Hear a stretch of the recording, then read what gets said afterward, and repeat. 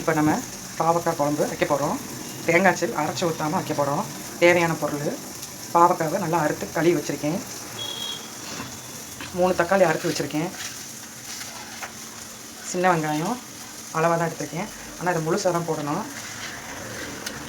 பச்சை மிளகா, புளி, வீட்டு மசாலா, இவ்வளோதாங்க.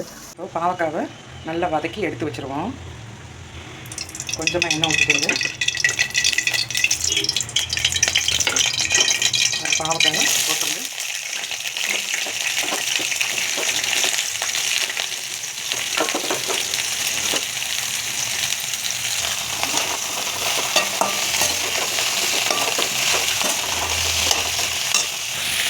ஏற்கனவே சொன்ன மாதிரி தான், வதக்கும் போதே உப்பு போட்டுட்டோம் அப்படின்னா பாவக்காவோட கலர் மாறாது. சீக்கிரம் பாவக்காவும் வந்துடும். நல்லா வதக்குங்க.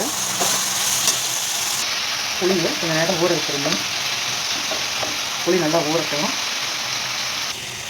இப்போது நல்லா வதங்கிடுச்சு. பாவக்காய் கொஞ்சம் கலர் மாறாமல் நல்லா வதங்கிடுச்சு.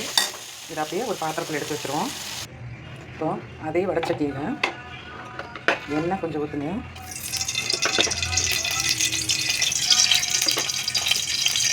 ஊற்றிட்டு இப்போ கடுகு கொஞ்சம் போடுங்க.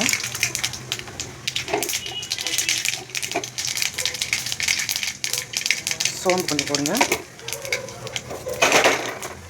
வெந்தயம் கொஞ்சம் போடுங்க. போட்டுட்டு சின்ன வெங்காயம்,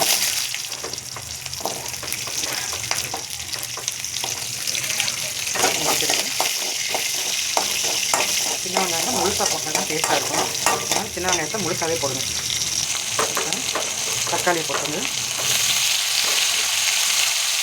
அதோட சின்ன வெங்காயம் வேகணும். தக்காளி போட்டுங்க. நல்லா கிண்டி வைக்கணும்.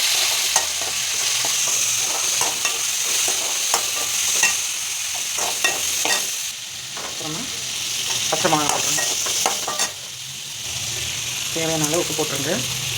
உப்பு கொஞ்சமாகவே போடுங்க. ஏற்கனவே பாவக்காயில் கொஞ்சம் உப்பு இருக்குது. நல்லா வேகட்டும். எண்ணெயிலே நல்லா வதக்கி எடுத்துருங்க.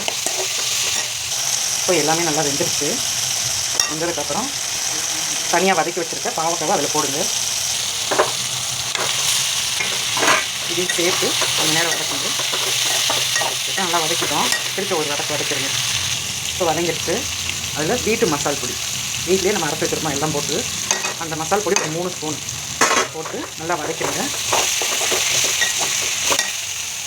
இப்போ எல்லாம் சேர்த்து வதக்கிட்டோம். இதுக்கடுத்து நம்ம கரைச்சி வச்சுருக்க புளியை அதில் ஊற்றணும். இப்போ அதை ஊற்றிடலாம். நல்லா கிண்டி விடுங்க.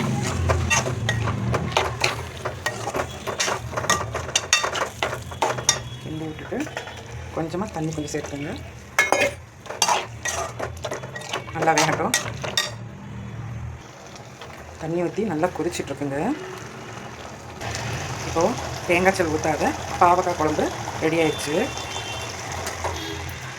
சுகர் பேஷண்ட்டுக்கு தேங்காய் சல்லாம் தேக்கக்கூடாதுன்னு சொல்லுவாங்க. அதுக்கான குழம்பு தான் இது. தேங்காய் சல் போடாமல் சுகர் ப்ரெஷர் உள்ளவங்க இதை சாப்பிட்லாம். இதை நீங்கள் வீட்டில் செஞ்சு பார்த்து சாப்பிட்டுட்டு லைக் பண்ணுங்கள், சப்ஸ்கிரைப் பண்ணுங்கள்.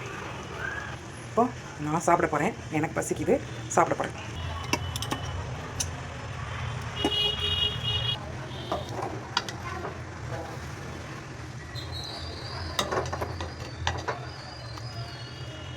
சாப்பிட்டு பார்த்துட்டு லைக் பண்ணுங்கள், சப்ஸ்கிரைப் பண்ணுங்கள்.